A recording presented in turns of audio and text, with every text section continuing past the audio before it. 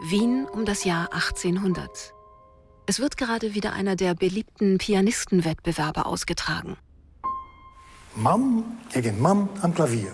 Ludwig von Beethoven gegen Josef Jelinek. Der weiß nicht, mit wem er es zu tun hat und tönt, den wollen wir zusammenhauen.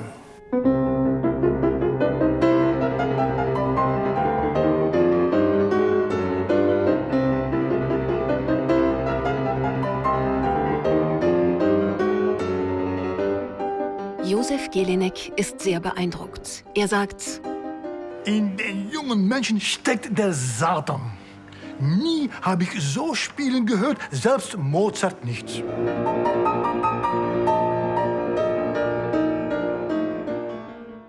Diese Wettspiele hat Ludwig van Beethoven meistens gewonnen, vor allem weil er im Fantasieren, Improvisieren ein wahrer Meister war. Da hat er manche richtig an die Wand gespielt. Beethoven, ein junger Wilder auf dem Klavier? So sieht ihn das Wiener Publikum, als er 1792 dorthin zieht. Aber wie wird er dann vom genialen Improvisierer zum größten Komponisten seiner Zeit? Hier steht über mich: Beethovens Kunst, auf dem Klavier zu fantasieren, ist im höchsten Grade brillant und staunenswert. Er versteht es, einen solchen Eindruck hervorzubringen, dass häufig kein Auge trocken bleibt, während manche in lautes Weinen ausbrechen.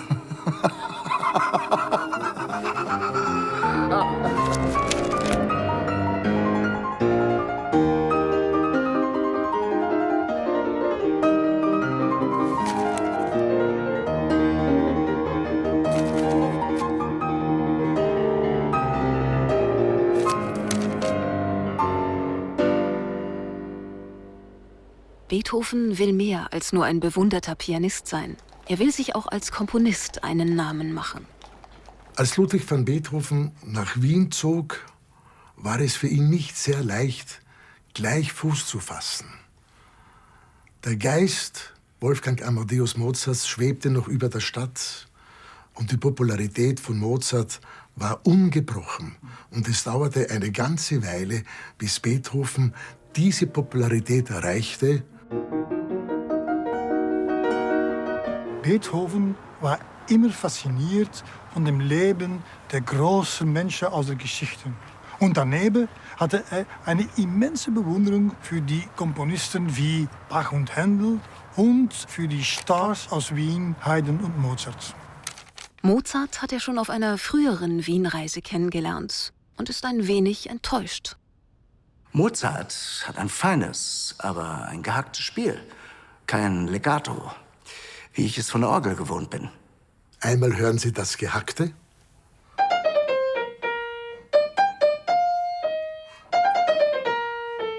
Und dann das Legato.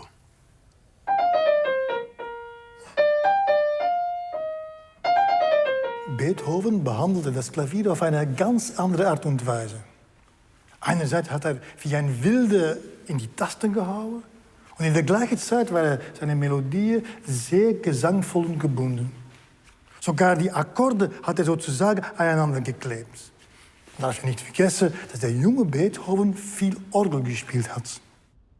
Grundsätzlich gab es damals zwei sehr unterschiedlich ausgeprägte Instrumentenbaurichtungen, Instrumentenbauschulen, den Wiener und den englischen Instrumentenbau. Die englischen Instrumente waren damals eigentlich schon sehr viel klangstärker, hatten ein größeres Klangvolumen, waren robuster gebaut, hatten eine sehr viel größere Spieltiefe und ein größeres Tastengewicht.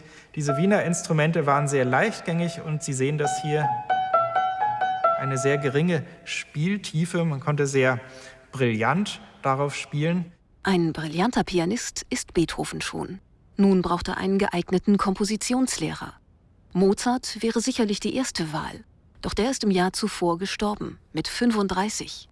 Und so bleibt nur der alte Joseph Haydn. Ich habe zwar bei ihm einigen Unterricht genommen, aber nie etwas gelernt. Um Joseph Haydn nicht zu verärgern, nimmt Beethoven teils heimlich noch Unterricht bei Johann Georg Albrechtsberger und Antonio Salieri. Beides große Autoritäten auf dem Gebiet der Komposition. Die Lehrer waren sich darüber einig, dass Beethoven sehr eigensinnig war und dass er ungern etwas von anderen annehmen wollte.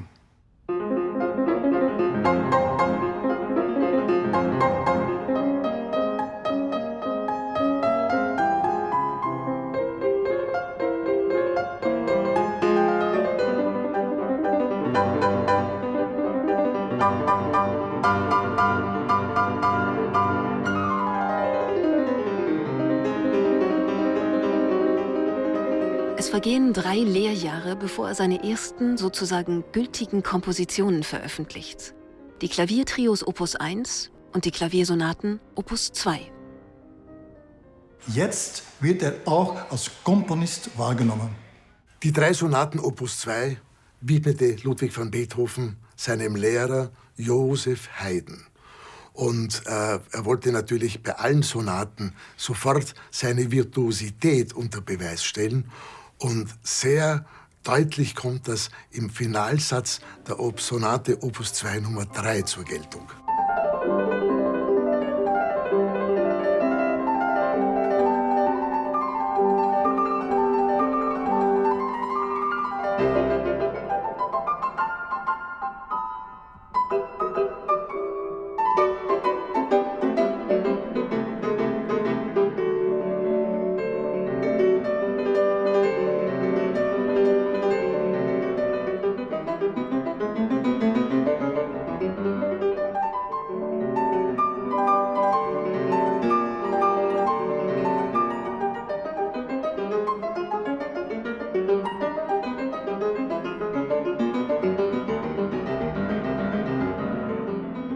Schon in diesen ersten Sonaten Opus 2 kann man spüren, dass für Beethoven der Tastenraum eigentlich zu eng ist.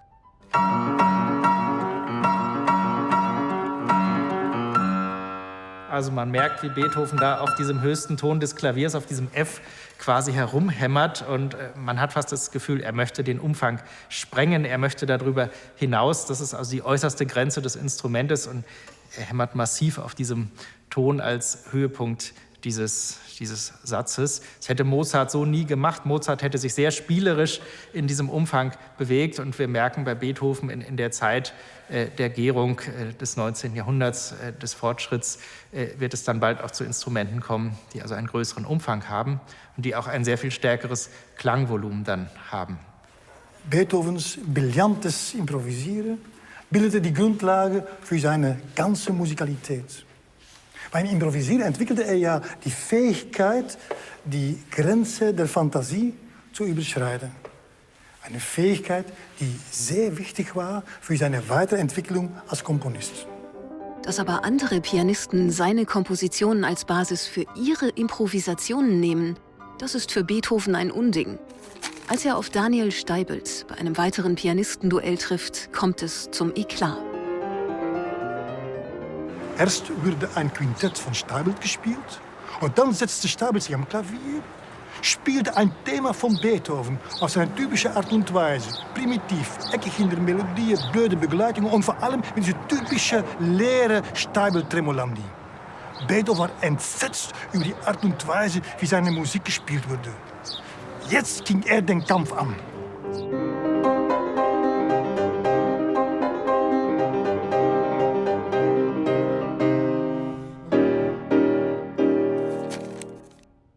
Karl Czerny, damals Beethovens Schüler, hat die Szene miterlebt.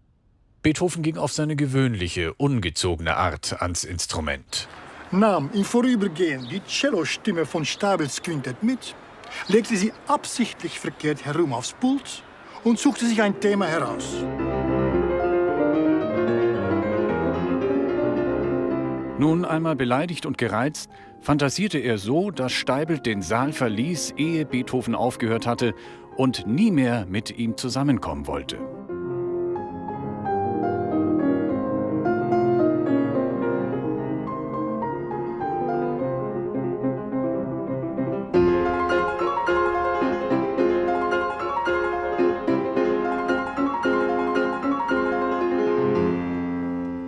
Die Wiener sind begeistert von dem Virtuosen aus Bonn. Doch der Weg dahin ist lang und dornenvoll. Beethoven wird in eher bescheidene Verhältnisse hineingeboren. In diesem Haus kommt Ludwig am 16. oder am 17. Dezember 1770 in Bonn am Rhein zur Welt. Mit 5 bekommt er den ersten Klavierunterricht. Er lernt auch Orgel und Geige, spielt in der Oper und in der Kirche. Der junge Ludwig wächst auf in einem durch und durch musikalischen Haushalt. Der Vater Jean, der Sänger ist von Beruf, bemerkt sofort, dass sein Sohn musikalisch hochbegabt ist. Er träumt davon, aus ihm einen Kinderstaat zu machen, der Fürstenhöfe bereist und viel Geld macht, wie einst Mozart. Meine Kindheit war nicht immer leicht und meine musikalische Ausbildung eher fade. Aber ich hatte Talent. Aus einer Zeitungskritik. Louis van Beethoven, ein Knabe von 11 Jahren und von vielversprechendem Talent. Er spielt sehr fertig und mit Kraft das Klavier, liest sehr gut vom Blatt. Dieses junge Genie verdiente Unterstützung, dass er reisen könnte. Er würde gewiss ein zweiter Mozart werden. Alle haben schnell gesehen, wie talentiert dieser junge Beethoven war. Auch die Adligen. Zum Beispiel Graf Ferdinand von Waldstein, der erste und ohne Zweifel auch der wichtigste Mäzen Beethovens in Bonn. Er hat Beethoven finanziell unterstützt und er hat es möglich gemacht, dass Beethoven 1792 nach Wien fahren könnte. Beethoven hat ihm dann später die sogenannte Waldstein-Sonate gewidmet. Doch noch steht Beethoven ganz am Anfang seiner Laufbahn. Zwar gibt es schon ein paar Kompositionsversuche, die in den sogenannten Werken ohne Opuszahlen überliefert sind. Aber Beethoven zeigt hier noch wenig Genie. Die Kurfürstensonate ist eines dieser frühen Werke.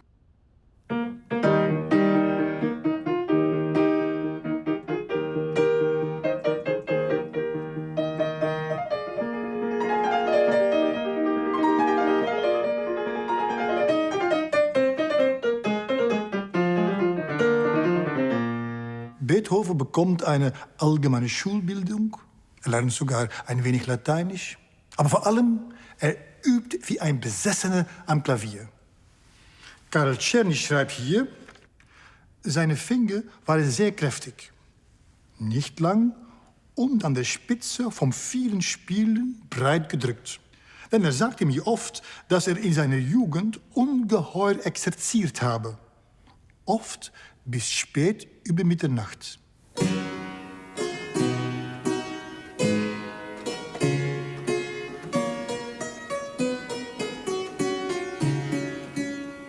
Ein sehr wichtiges Instrument für Beethovens Kindheit und Jugend in Bonn ist das Klavichord gewesen. Das Klavichord war eigentlich das Lieblingsinstrument der empfindsamen Zeit, dessen Hauptvertreter in Deutschland ja Karl Philipp Emanuel Bach gewesen ist. Das Klavichord ist ein sehr leises, zartes Instrument und wir wissen, dass Beethovens Familie in Bonn ein solches Instrument besessen hat. Die Art, das Klavier zu spielen, ist doch die unkultivierteste bisher. Man glaubt oft nur eine Harfe zu hören. Und ich freue mich, mein Lieber, dass Sie einsehen und fühlen, dass man auf dem Klavier singen könne. Schreibt Beethoven an den befreundeten Klavierbauer Andreas Streicher. Und in der Tat, es tut sich was.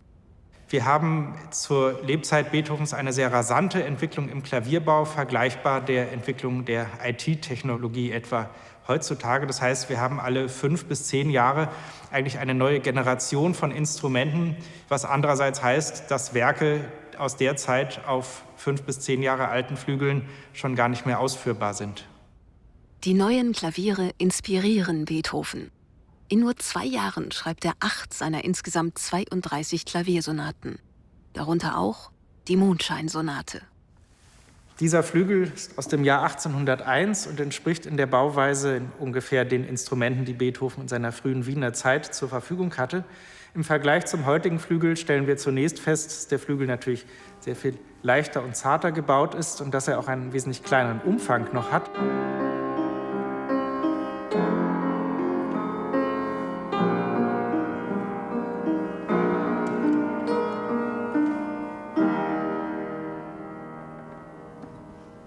Also wir hören, das gibt so gewisse Überschneidungen von Klängen, klingt aber ganz reizvoll. Und wir hören, dass es sehr zart, sehr leise ist. Und das hat Beethoven vorgeschrieben. Das ganze Stück soll delicatisssimamente, also äußerst zart gespielt werden und immer pianissimo, sempre pianissimo. Und man könnte sich denken, wenn Beethoven das auf einem modernen Flügel hört, dass er da dann sagen würde, das ist ihm zu grob, nicht delikat genug. Und da sehen wir, dass der Fortschritt, die Entwicklung in einer Richtung immer auch mit Verlusten auf einer anderen Seite dann erkauft ist. An so einem Schiedmeier-Flügel hat Beethoven seine ganze kompositorische Virtuosität zeigen können. Der erste Satz der Mondscheinsonate ist zwar weltbekannt, der dritte Satz allerdings viel spannender. Immer spricht man von der Cis-Moll-Sonate. Ich habe doch wahrhaftig Besseres geschrieben. Ich weiß nicht, ob der dritte Satz auch so populär war, weil er extrem schwer zu spielen ist. Sehr schnell und im Cis-Moll noch dazu.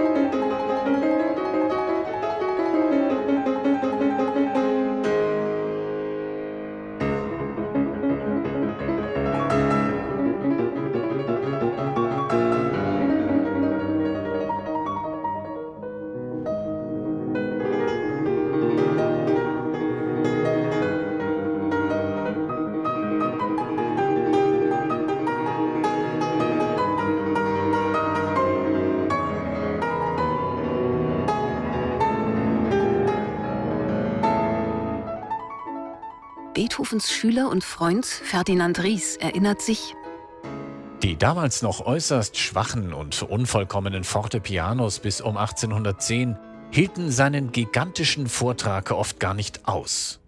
Obwohl in England schon neue Instrumente auf dem Markt sind, bleibt er bei den zarten Wiener Modellen und komponiert auch seine berühmte Waldstein-Sonate darauf. Vermutlich, weil sie ihm größere Differenzierungsmöglichkeiten boten als die klangstärkeren englischen Instrumente, wo er sich auch über den großen Tiefgang und das schwere Spielgewicht doch beschwert hatte.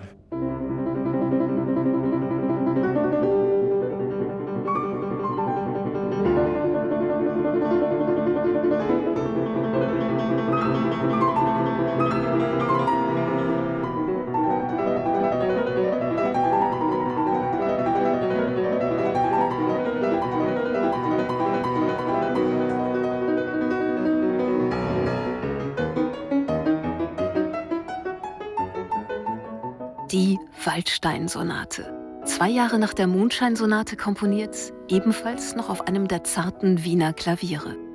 Sie ist eine gewaltige Herausforderung. Kristallklar in Ton und Struktur, mit Klangfarben wie für ein ganzes Orchester.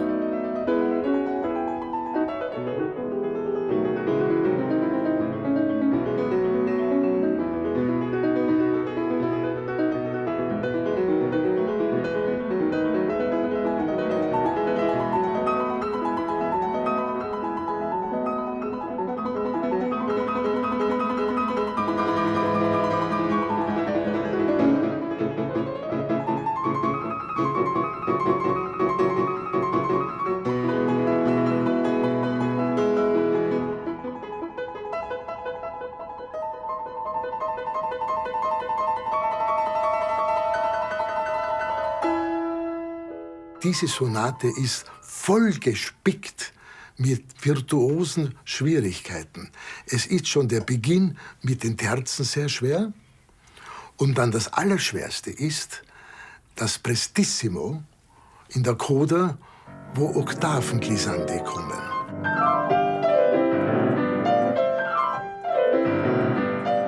Die natürlich auf dem Instrument, das Beethoven besaß, wesentlich leichter zu spielen waren.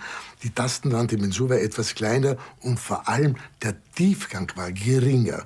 In der heutigen Zeit, mit den heutigen Klavieren, ist das oft gefährlich, dass sie nachher nicht nur schwarz-weiße Tasten sind, sondern dass auch etwas Rot dabei ist, von dem Blut der Finger. Auch das kann bei dieser Stelle passieren.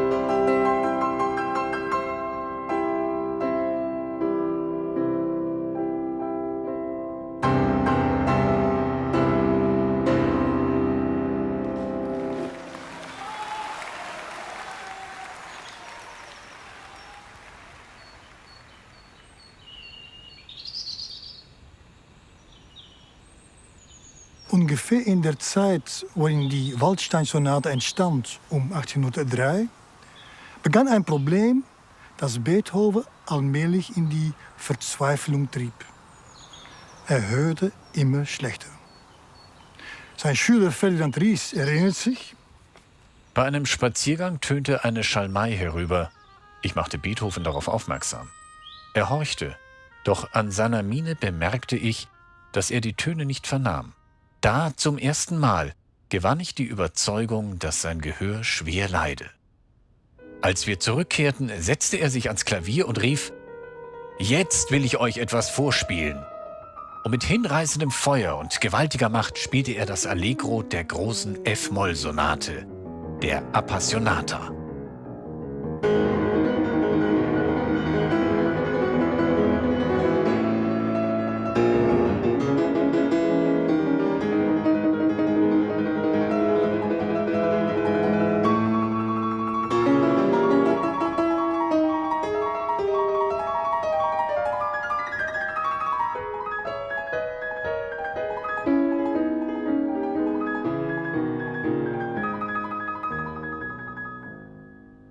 In der Appassionata ist die Virtuosität wirklich sehr stark im Vordergrund. Und es gibt kaum eine Sonate, die diese emotionale Steigerung bis zum Ende durchzieht.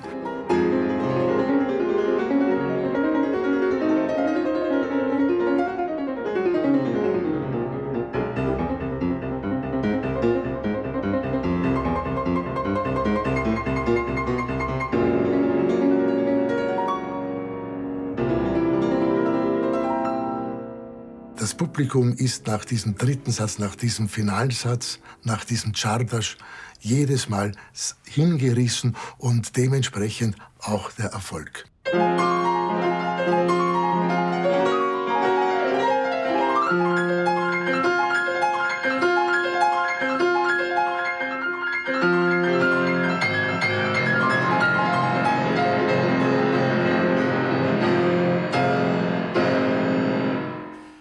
Beethovens Gehör wurde immer schlechter, bis er an einen Punkt kam, wo er völlig ertaubte. Das Komponieren wurde jetzt zu einem rein geistigen Akt. Das war ja möglich, weil Beethoven ein unglaublich gutes inneres Gehör hatte und in der Lage war, alles zu hören, was er las oder schrieb. Und nicht nur seine eigene Klaviermusik, sondern auch die gesamte Instrumentalmusik.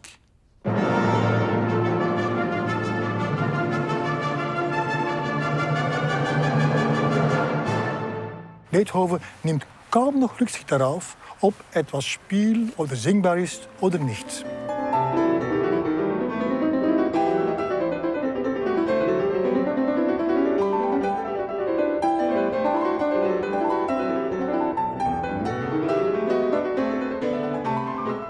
Ab jetzt hatte Beethoven eigentlich nur noch einen Wunsch an die Klavierbauer, und zwar so laut wie möglich. Ab 1814 war es ihm unmöglich, um noch in der Öffentlichkeit zu improvisieren oder zu spielen. 4 Jahre später schrieb er dann, fast völlig ertaubt, die große Sonate, an der sich später alle Pianisten die Zähne ausgebissen haben. Und zwar die Sonate Opus 106, die sogenannte Hammerklaviersonate. Er bekam dann ja einen englischen Flügel geschenkt, 1818 von Broadwood Sons. Und in der Hammerklaviersonate hat er dann doch diese Möglichkeiten dieses englischen Flügels im Umfang und auch im Volumen, wie er das Klavier da behandelt, dann eingesetzt.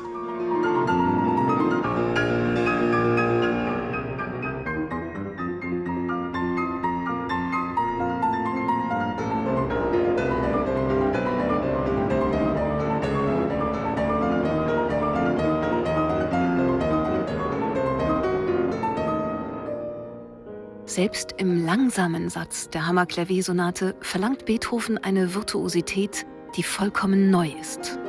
Immer wieder diese Gefühlsausbrüche, die bei Beethoven so typisch sind und so wichtig sind. Und das bekommt besonders den Charakter dieses langsamen Satzes zu spüren.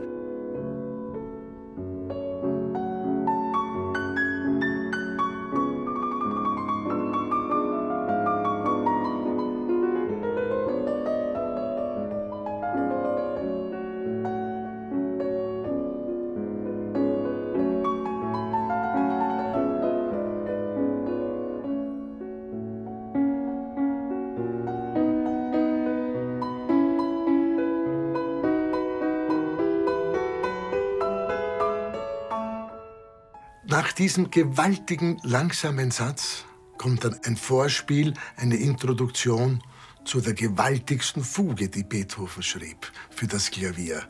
Die Fuge der Hammerklaviersonate, sie ist über 14 Seiten lang und bedarf eines sehr, sehr langen Studiums. Es ist so, wie wenn man den Mont Blanc erklimmt. Aber wenn man dann oben ist man glücklich. Genauso, wenn man es geschafft hat, sich durch die Fuge zu kämpfen, zu studieren und dann den Peak zu erreichen.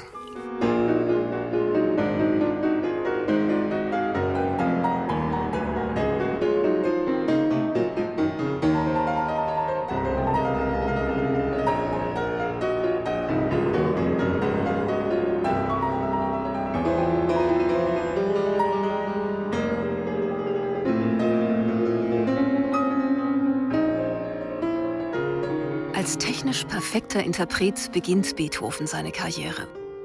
Aber Virtuosität ist mehr als nur technische Meisterschaft am Instrument. Für den virtuosen Komponisten bedeutet sie die völlige Freiheit im Umgang mit sämtlichen musikalischen Mitteln. Eine Freiheit, die Beethoven nach seiner Ertaubung als reiner Gedankenkomponist erreicht hat.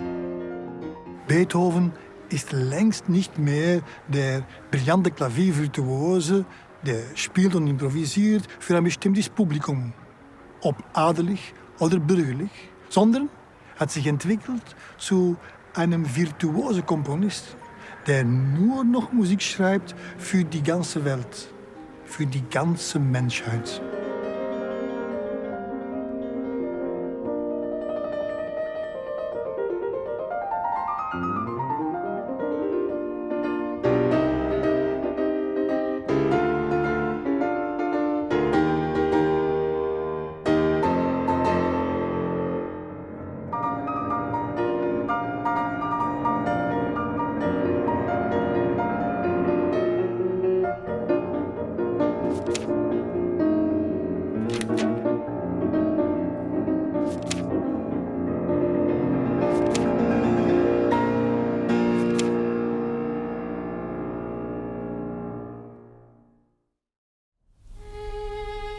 Oktober 1802.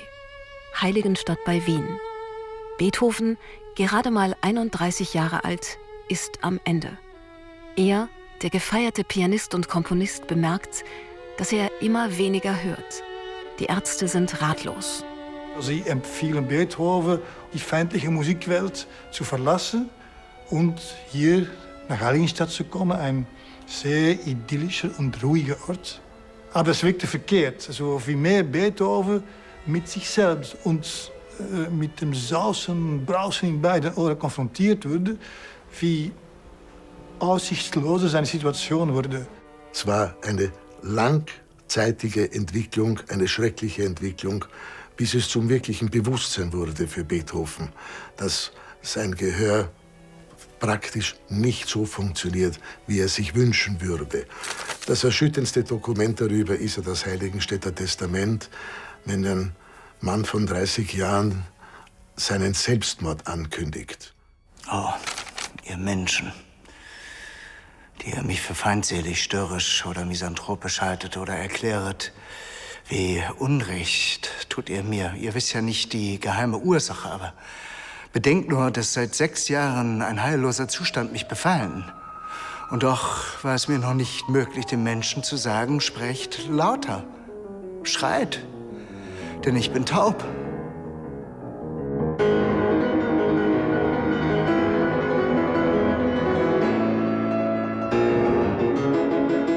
Das Schlimme ist sozusagen, dass man die Außenwelt nicht mehr wahrnimmt.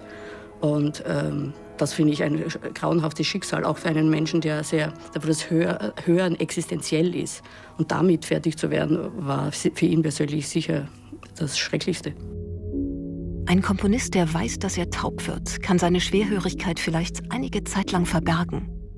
Aber was macht er, wenn er irgendwann tatsächlich nichts mehr hört? Wie kann er weiter von der Musik leben? Ja, wie kann er überleben? Oh, so schön ist das Leben. Aber bei mir ist es für immer vergiftet.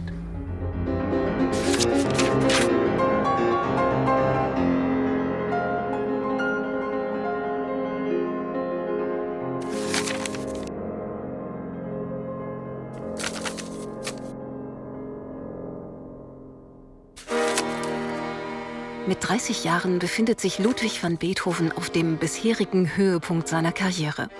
Ganz Wien liegt ihm zu Füßen. Er scheint eine glänzende Zukunft vor sich zu haben.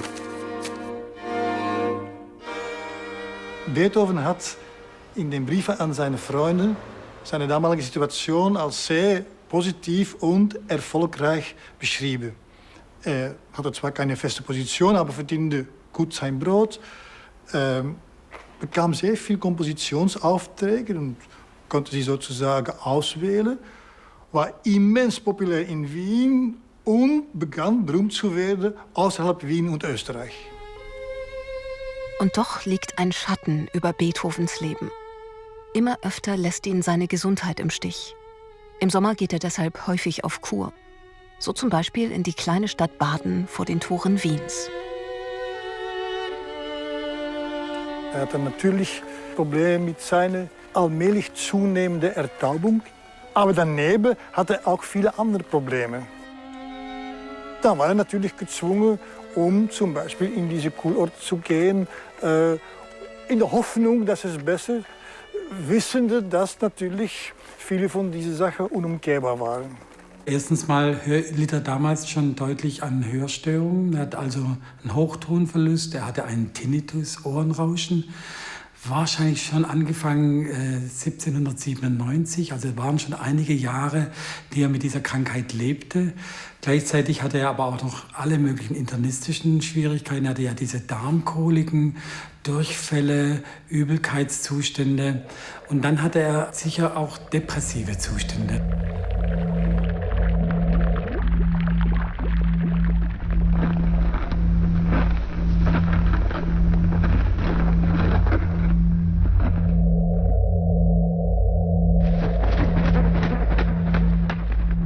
Diesen Winter ging es mir wirklich elend. Da hatte ich wirklich schreckliche Koliken und ich sank wieder ganz in meinen vorigen Zustand zurück. Und so blieb es bis ungefähr vor 4 Wochen, wo ich zu Währing ging. Er gab mir gar keine Medizin, bis vor ungefähr 4 Tagen. Pillen für den Magen und ein Tee fürs Ohr. Und darauf kann ich sagen, befinde ich mich stärker und besser. Nur meine Ohren, die sausen und brausen, Tag und Nacht fort. Die Beeinträchtigungen durch sein schlechtes Gehör machen den Alltag für Beethoven zunehmend zur Ausnahmesituation. Vor allem eine Frage quält ihn. Was, wenn die Umwelt entdeckt, dass er, der berühmte Musiker, schlecht hört?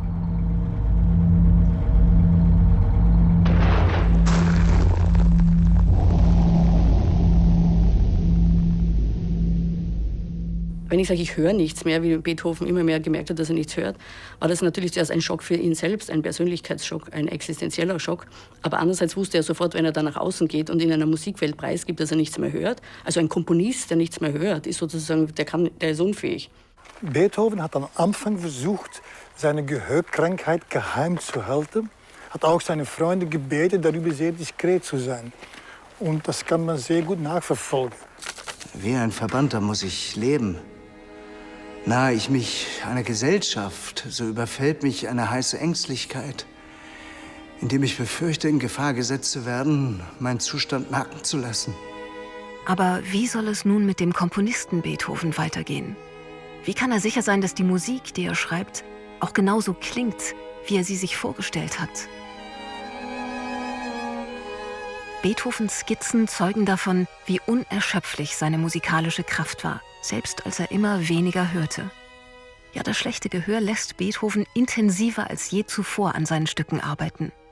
Besonders an einer Sonate feilt er in dieser Zeit. Bereits in ihrem Beinamen verrät sie, wie es damals um Beethoven stand. Appassionata, die Leidenschaftliche.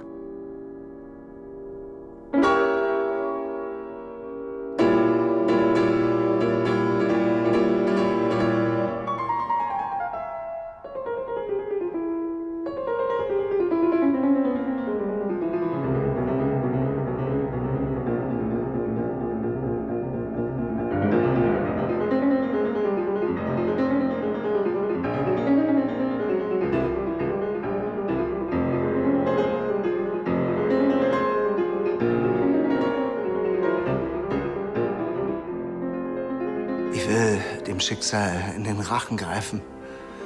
Ganz niederbeugen soll es mich gewiss nicht. Es gibt nur Phrasen oder Momente in manchen Sonaten, wo man seine Liebe, das Herzzerreißende spürt. Die Sehnsucht nach Wärme und nach Liebe. Und dann kommt wieder der Kampf.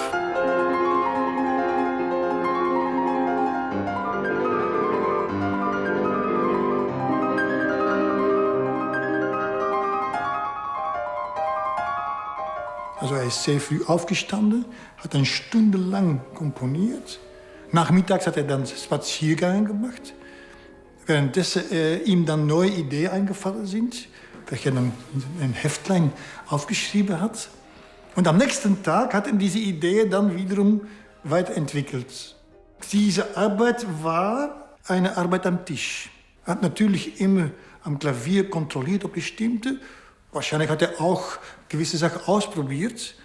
Und dann kann man sagen, dass viel weniger er hörte, viel mehr diese intellektuelle, zerebrale Dimension des Komponierens zentral stand. Die Not macht aus Beethoven mit wachsender Taubheit einen völlig neuen Typus von Komponist. Einer, der zwangsweise ganz ohne Instrument auskommt und es auch nicht mehr braucht, weil sein Kopf voller Musik ist.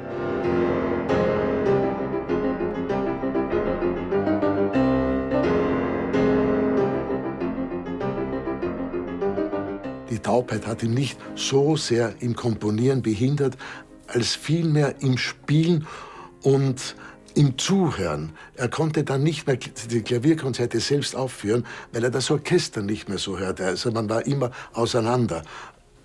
Das war vielleicht das größte Problem von Beethoven. Der berühmte Geigenvirtuose Louis Spohr hat erzählt, wie Beethoven bei der Uraufführung des Erzherzog-Trios extrem forte spielte und hineingeklaut hat, sodass die Saiten wirklich klirrten und dass er beim Piano das Klavier kaum berührt hat, wodurch nichts mehr draus kam. Das Gleiche ist übrigens einige Wochen später passiert bei den Proben von Fidelio, die Beethoven unbedingt selbst dirigieren wollte. Also beim Forte machte er sich sehr groß und bei den Piano kroch er sozusagen unter das Pult, damit das Orchester sehr leise spielen sollte. Aber noch schlimmer war die Tatsache, dass die Koordination nicht mehr stimmte zwischen Bühne und Grabe, dass alles auseinanderlief und dass Beethoven das kaum gemerkt hat. Bis dann die Leute eingegriffen haben und ihn sehr brutal festgenommen haben und vom Podest weggezogen haben. Es ist das Ende von Beethovens Karriere als ausführender Musiker.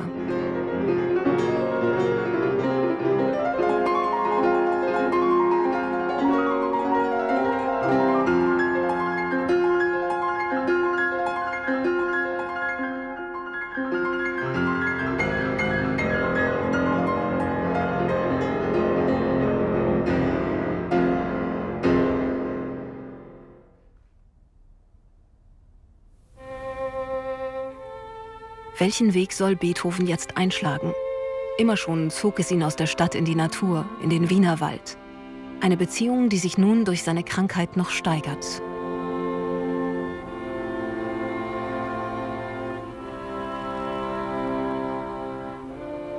Beethoven liebte die Natur. Er machte täglich lange Spaziergänge, wobei er eher rennte als wandelte. Aber er fühlte sich da sehr wohl und war immer sehr inspiriert. Das hat damit zu tun, dass er sich da sehr in Harmonie mit dem Kosmos fühlte. Und das hatte bei ihm fast eine spirituelle Dimension. In der Schönheit der Natur erkennt Beethoven nicht nur ein lebendiges Zeichen Gottes. Ihr ewiger Kreislauf lehrt ihn noch etwas anderes. Vertrauen in eine höhere Macht und innere Ruhe. Mein Dekret? Nur im Lande bleiben. Mein unglückseliges Gehör plagt mich hier nicht. Ist es doch, als ob jeder Baum zu mir spräche auf dem Lande. Heilig, heilig. Im Walde entzücken. Wer kann alles ausdrücken? süße Stille des Waldes. Und das Unglaubliche geschieht. Der fast vollständig taube Beethoven komponiert weiter. Denn nichts ist verloren, solange er die Musik in sich hat. Das Schlimme an der Taubheit ist ja nur, dass man nach außen isoliert wird und sich immer mehr in sich zurückzieht, weil man das Außen nicht hört. Aber das innere Hören, das für das Komponieren ja so wichtig ist, spielt in dem Sinn ja nicht eine Rolle für das Komponieren an sich. Weil das Ohr sitzt sozusagen ja im Gehirn. Man braucht nicht unbedingt das Außen. Natürlich ist es wichtig, dass man am Anfang als junger Komponist die Erfahrung macht, da lernt man viel. Aber ab einem bestimmten Alter weiß man von Erfahrung, und wenn man diese und diese Instrumente zusammen, dann klingt das so, wie man das will. Im Sommer 1818 wohnt Beethoven in Mödling bei Wien. Er haust in 2 winzigen Räumen in einem mittelalterlichen Gebäude und hat Großes vor.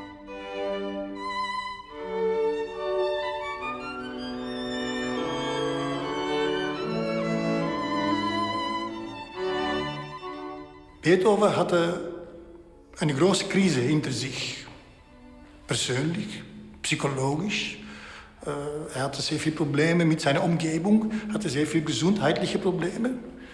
Hatte auch eine Kompositionskrise. Er hatte zwar verschiedene Brotarbeiten geliefert, aber wirkliche Kammermusikwerke oder neue Symphonie und so weiter gelingen ihm nicht.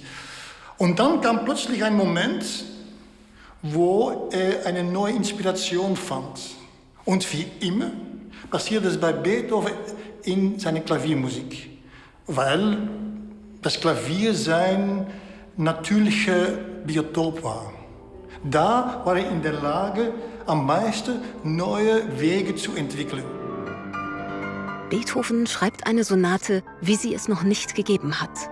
Erst nach seinem Tod wird der junge Franz Liszt sie uraufführen. Zu Lebzeiten Beethovens gilt sie als unspielbar.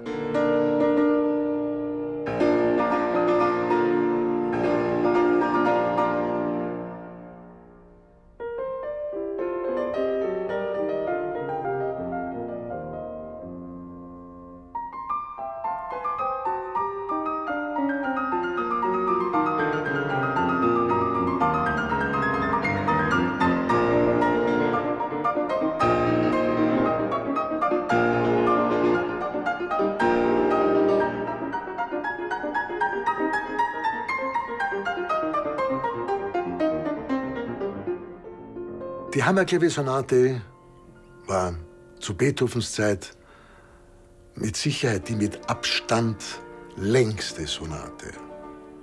Das hat sich im Laufe der Zeit natürlich etwas gewandelt. Es gibt mittlerweile noch längere Sonaten, aber es ist keine Frage, dass die Hammerklaviersonate noch immer die gewichtigste ist. Es gab eine unheimliche Vertiefung der Sprache.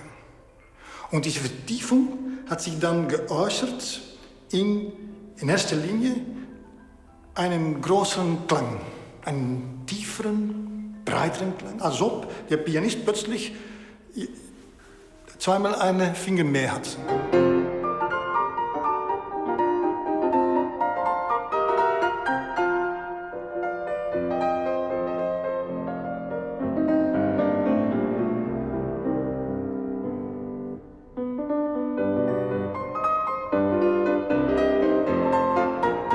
Meine Angst half mir, denn ich konnte keine Noten mehr schreiben. Nun aber schreibe ich Noten, welche mir aus den Nöten helfen.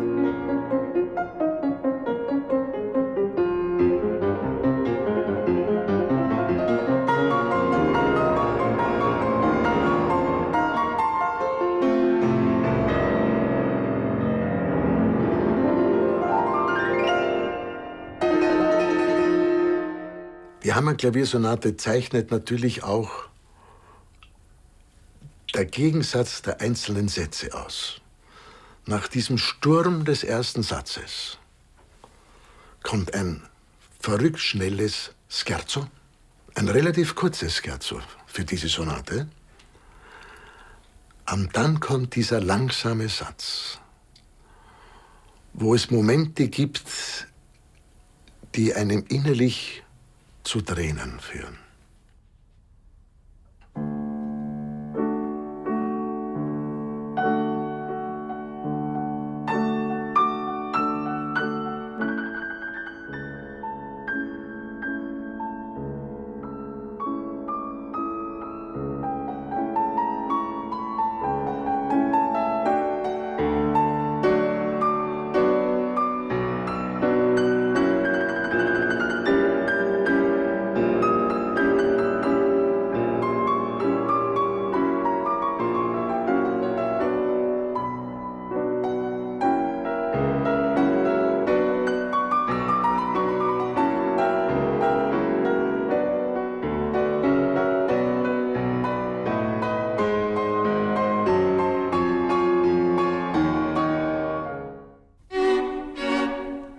Während Beethoven in der Musik eine nie zuvor erreichte Tiefe des Ausdrucks findet, verwahrlost er zunehmend. Besucher sind bestürzt über sein Äußeres und das Chaos in seiner Wohnung. Sein Leben wird mehr und mehr zur Tortur. Wie dieser aussah, davon kann man sich im Beethovenhaus in Bonn ein Bild machen. Dort werden Apparate aufbewahrt, die Beethoven helfen sollten, zumindest ein wenig mehr zu hören. Auch wenn sie auf den ersten Blick eher an Gießkannen erinnern. Die berühmten Hörrohre.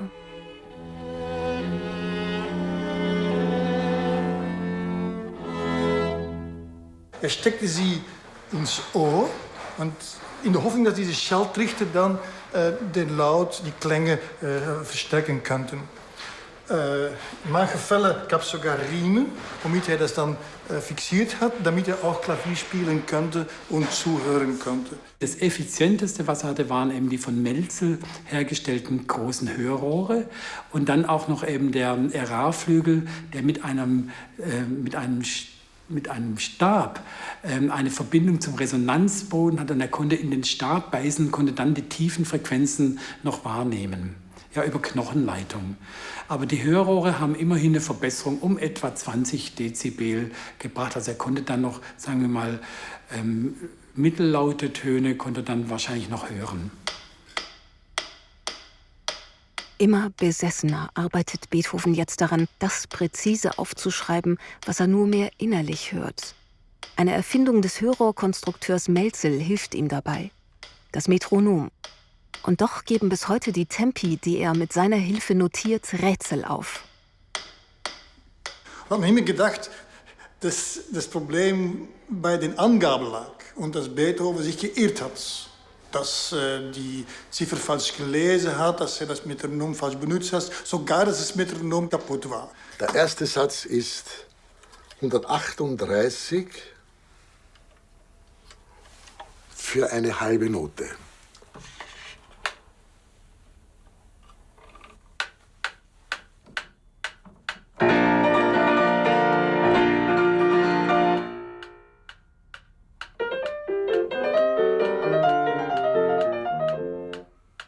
Das ist schon extrem schnell.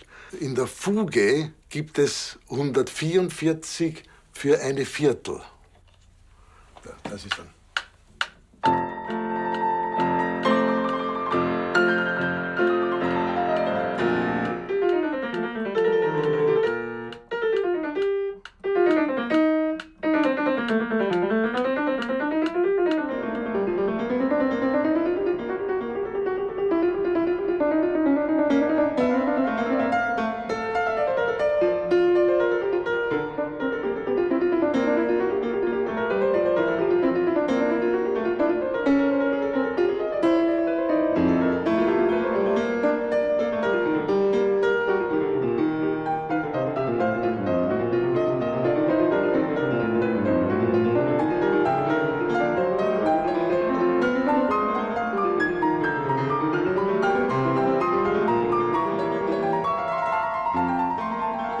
Beethoven selbst sagt, dass die Metronombezeichnungen, die Metronomangaben von ihm sich ja nur auf den Beginn beziehen.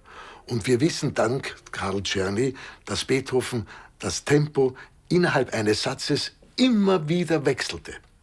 Also nicht so akademisch, so puristisch, so genau, wie wir es heute versuchen zu spielen. Wir gehen davon aus, dass Beethoven ganz genau gewusst hat, was er tat, als er die Metronomzahlen notiert hat. Wie er alles sehr genau notiert hat. Das genaue Notieren spielt jetzt auch in Beethovens Alltag eine entscheidende Rolle. Wegen seiner Schwerhörigkeit führt er Unterhaltungen ab 1818 nur mehr schriftlich, in den sogenannten Konversationsheften. Aus konservatorischen Gründen dürfen nur noch sehr wenige von ihnen, wie hier im Archiv des Beethovenhauses Bonn, im Original gezeigt werden. Einmal aufgeschlagen, bieten sie jedoch einen einzigartigen Einblick in Beethovens Alltag.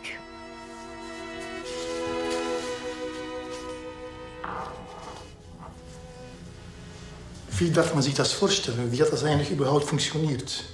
Wer mit Beethoven sich unterhalten wollte, hat so ein Konversationsheft in die Hand gedrückt bekommen und musste da seine Fragen und Antworten reinschreiben. Beethoven hat meistens mündlich geantwortet, manchmal aber auch schriftlich. Ich nehme an, dass die nicht immer über hochintellektuelle Themen gesprochen haben. Es gibt ganz Alltägliches, die auf der ersten Seite vermerkt Beethovens Neffe, dass er doch wohl jetzt nicht Würste so essen muss wie sein Onkel, weil er es anders gewohnt und was würde das bringen, wenn er das isst? Isst man eine Wurst mit Haut, ohne Haut oder nur Haut? Das ist die eine Sache. Das andere ist, dass 2 Blätter später Beethoven aus einer Zeitung exzerpiert, wo es um eine Elektrovibrationsmaschine geht, die zur Behandlung von Schwerhörigkeit oder gar Taubheit genutzt wurde. Beethovens Konversationshefte geben auch Auskunft über seinen Weinkonsum. Und der war tatsächlich enorm.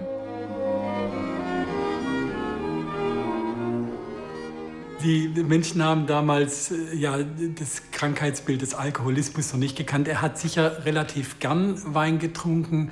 Es wird wenig über betrunkene Zustände berichtet. Wenn man so die Weinrechnung ansieht, dann kann man sich etwa auf eine Flasche am Tag festlegen. Erstens muss man natürlich sagen, dass in der Zeit Beethoven es unendlich viel gesünder war, Wein zu trinken als Bier und sicherlich als Wasser. Dazu kam noch die Tatsache, dass in der Familie Beethoven die Hemmschwelle viel niedriger war. Der Großvater hatte ja ein Weingeschäft und man kann sagen, dass der Keller sehr reichlich gefüllt war und vor allem sehr nah war. Es gab natürlich einen Punkt, wo der Weinkonsum bei Beethoven problematisch wurde. Am Ende seines Lebens hat er so viel getrunken, dass seine Gesundheit sehr darunter gelitten hat.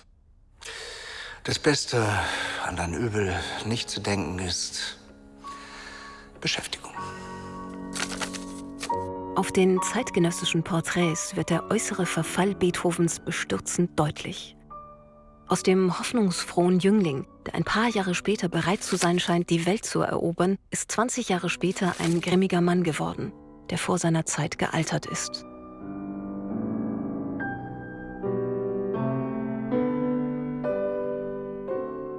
Und doch geht er unbeirrt den eingeschlagenen Weg weiter.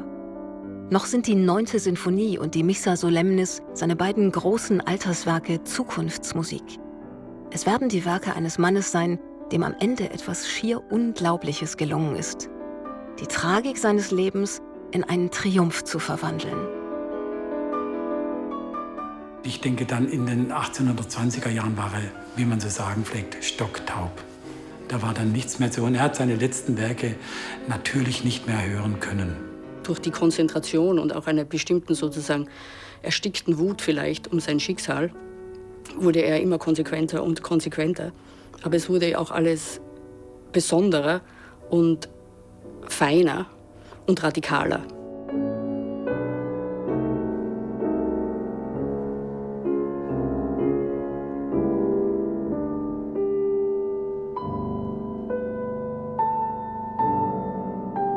Im Großen und Ganzen kann man sagen, dass die Tatsache, dass Beethoven völlig ertaubte, 2 große und wichtige Konsequenzen hatte. Erstens ist es natürlich so, dass rein karrieremäßig er ohne diese Ertaubung, ohne Zweifel, ein wichtiger und brillanter Klaviervirtuose geworden wäre. Und jetzt hat er von der Komposition Neue Musik seine Hauptaufgabe des Lebens gemacht. Zweitens hat diese Ertaubung zu einer Verinnerlichung geführt, wodurch seine Musik eine viel größere Tiefe bekam. Du darfst nicht Mensch sein, für dich nicht, nur für andere. Für dich gibt's kein Glück mehr als in dir selbst, in deiner Kunst. Oh Gott, gib mir die Kraft, mich zu besiegen. Mich darf ja nichts an das Leben fesseln.